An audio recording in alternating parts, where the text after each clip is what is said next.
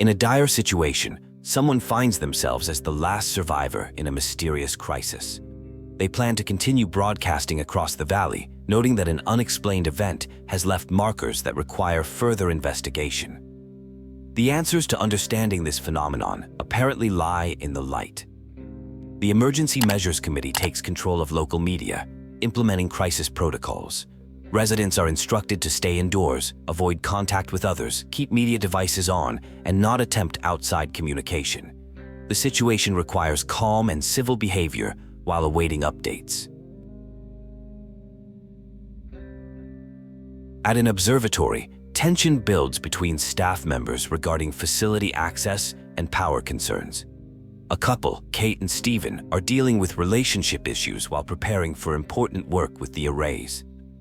Despite their personal conflict, there are hints of lingering affection between them. The local area is under strict quarantine with military presence, shocking residents of the quiet town of Yaughton, Shropshire. Roads are blocked off, and people are experiencing unusual symptoms like headaches. The situation is unprecedented for this peaceful rural area. An urgent warning comes through about the observatory's optical array becoming a dangerous conduit for something unknown. The situation is escalating, with the mysterious force growing stronger and spreading beyond the valley, leading to plans for some kind of intervention.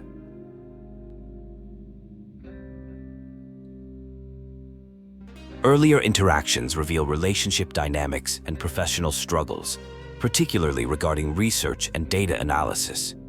There are hints of community tensions and outsider status affecting the main characters working at the observatory. A terrifying situation unfolds as families experience mysterious symptoms, including bleeding. A mother named Amanda describes her family's failed attempt to leave town, followed by disturbing events involving her husband Neil and their children who have gone mysteriously silent upstairs. Chaos erupts as strange occurrences spread through the village. There is mention of something traveling through wires and breaching quarantine. Conflict escalates between characters as fear and confusion take hold. The situation worsens with complete isolation of the valley. Local Dr. Phil expresses concerns about misidentification of the crisis as flu. Multiple residents are missing, and there are reports of mass cattle deaths, leading to community organization efforts for survival. The crisis reaches a breaking point with reports of something affecting people's minds. Religious imagery mixes with horror as characters witness disturbing phenomena involving light, leading to panic and calls for help that go unanswered. People are experiencing frightening symptoms, including blood coming from their ears. A doctor instructs everyone to stay at the village hall, drink fluids, and follow radio instructions, while being unable to provide direct medical care due to the lockdown. Dead birds are appearing throughout the village, concerning residents. Officials claim it's a flu epidemic and are closing roads and stations. Some villagers discuss evacuating to Wales to avoid the outbreak. The situation appears increasingly serious as the village grows unusually quiet. Plans are made to leave first thing in the morning to avoid the spreading illness. The village is experiencing vandalism with paint appearing on doors and buildings. There is discussion about proper security and reminiscing about past community members who have died. Strange technological occurrences begin as all observatory computers simultaneously reset to a specific date and time, 6:07 a.m., June 6, 1984. This unexplained phenomenon adds to the growing sense of unease in the community. Residents report seeing unusual phenomena in the sky, initially explained as an electrical storm. More dead birds are discovered. A doctor makes house calls checking on elderly residents after some have mysteriously vanished. Symptoms now include headaches, nosebleeds, joint pains, and digestive issues. The situation escalates as the problem spreads to infrastructure. Phone lines in substations malfunction. Officials debate containment strategies, with some pushing for drastic measures like an airstrike, while others insist the quarantine is sufficient containment. Pets begin acting strangely, with reports of missing and dead animals adding to the crisis. Residents attempt to evacuate but find roads blocked. The isolation of the village becomes more apparent as communication with the outside world grows increasingly difficult. Technical problems intensify with electrostatic discharges reported from Tower 6 and electrical systems failing at main gates. The situation continues deteriorating as more unexplained incidents occur across the valley. The community begins gathering at the village hall as conditions worsen. Families leave messages for separated loved ones, hoping to reconnect. Transportation becomes increasingly difficult, with vehicles failing to start, forcing people to travel on foot. The atmosphere grows more desperate as the crisis deepens. A concerning situation unfolds as something mysterious has escaped from a tower and is now spreading throughout the valley. The entire area has been quarantined as whatever emerged from the observatory is adapting and expanding its reach. The threat appears to be both immediate and growing.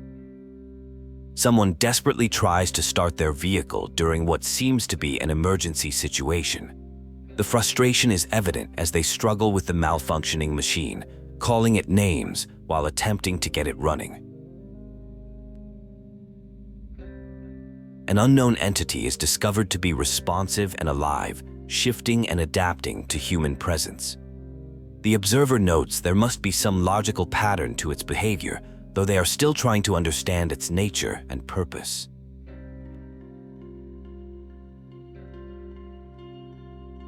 A conversation about dealing with judgment and prejudice takes place. Frank offers advice about keeping a low profile and avoiding trouble, particularly warning about a potential conflict involving Rachel and her protective father, Sam Baker. Scientific observations reveal light following cellular structures in insect wings.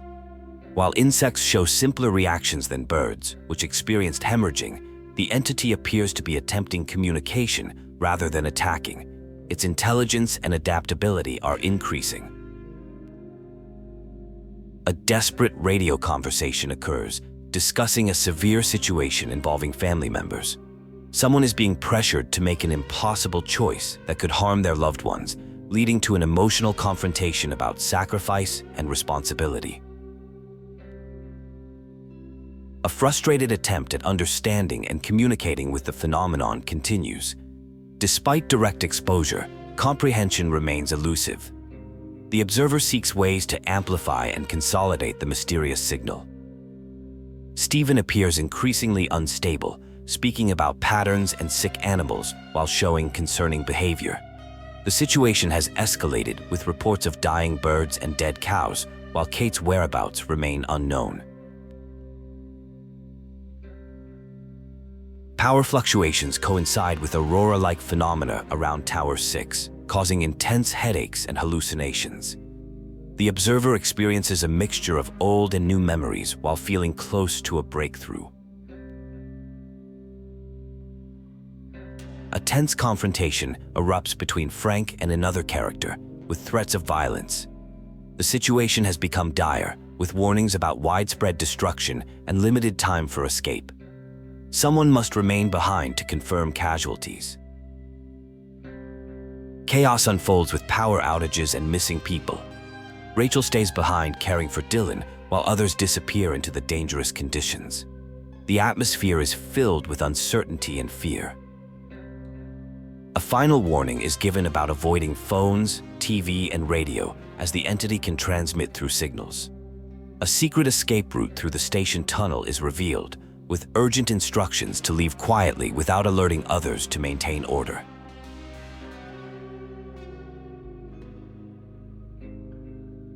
A tense conversation occurs between Charlie Tate and Shipley regarding Rachel Baker, who is 16 years old. Charlie warns Shipley to be careful about his relationship with Rachel, mentioning her protective father. Despite the warning, Shipley declares his love for Rachel. The conversation maintains an underlying tone of threat mixed with cautionary advice. A dialogue unfolds about an injury resembling a sunburn. Someone is concerned about Kate being left behind, leading to revelations about an argument and some kind of incident that caused burns. The injured person deflects questions and attempts to redirect attention away from Kate, creating tension with their current companion, Lizzie.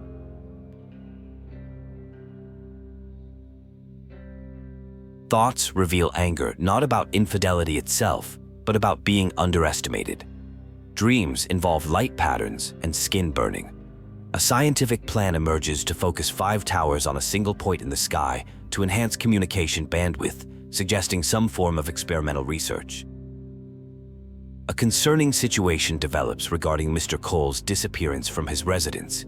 The scene includes discovery of unusual ash-like substance despite the room's recent cleaning. The situation becomes more worrisome with news of Mrs. Botton's disappearance, suggesting a pattern of mysterious vanishings.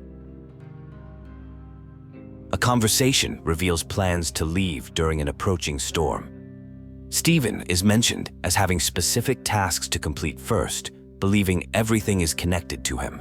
The dialogue indicates an ongoing quarantine situation, with community gathering efforts happening at both the village hall and a campsite. Official announcements from Hamilton District Council regarding emergency measures are broadcasted. Local authority figures are designated as community representatives during a crisis period, with instructions to report illness symptoms. The situation appears increasingly serious. An awkward encounter between Kate and Elizabeth/Lizzie reveals underlying tension regarding their connections to Stephen. Despite attempts at politeness, the conversation becomes strained, highlighting complex relationship dynamics. A desperate technical situation unfolds with failing processors and need for increased power. Kate expresses urgent need for Stephen's help with a potentially dangerous procedure involving signal amplification. Their conversation reveals shared responsibility for an unfolding crisis.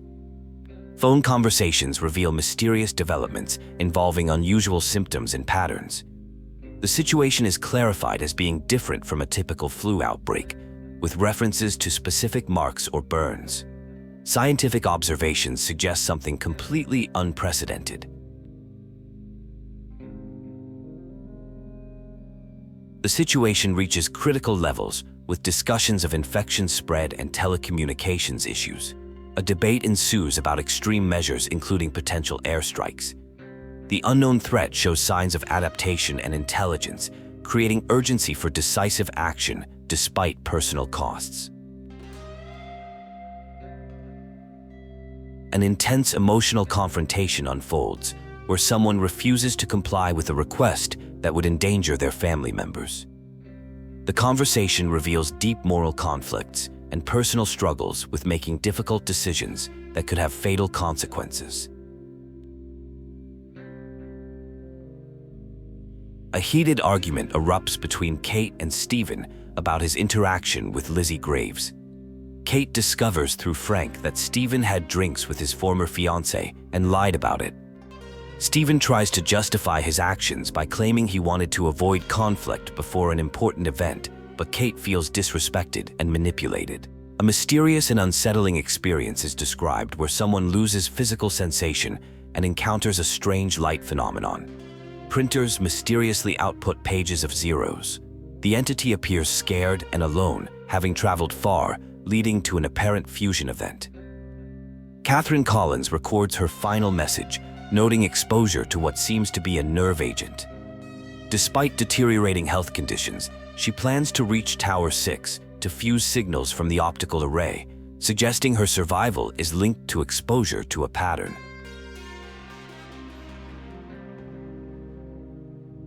A bizarre encounter occurs involving someone with facial injuries collecting supplies.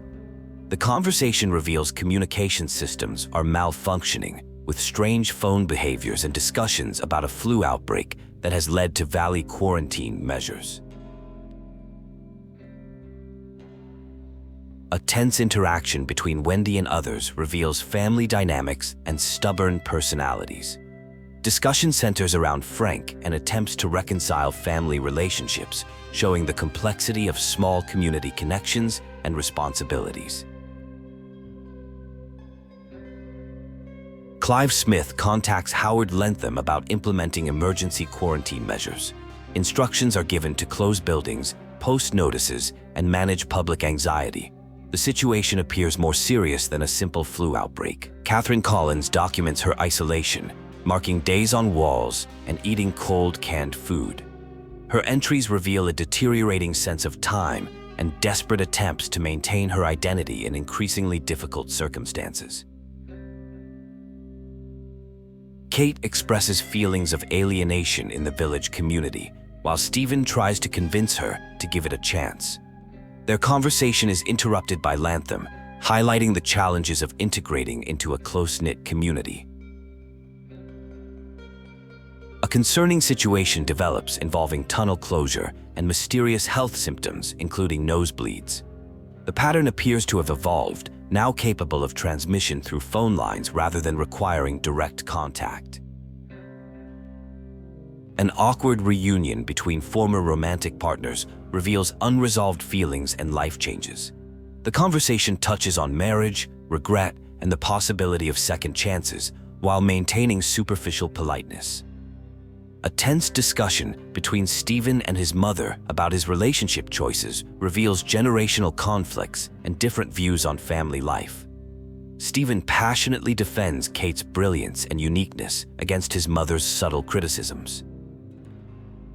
A childhood memory reveals an encounter with a dying fox. At age 8, trying to feed the desperate animal resulted in getting bitten. This triggered panic about rabies and led to the father killing the fox with a spade, explaining it had to be done because the animal was hurting his child, even though it was just a suffering creature acting on instinct. A crisis has spread beyond the valley and become widespread. 3 hours have passed since planes flew overhead, and communication attempts via shortwave radio have been unsuccessful. There is a growing realization that a serious miscalculation may have been made in handling the situation.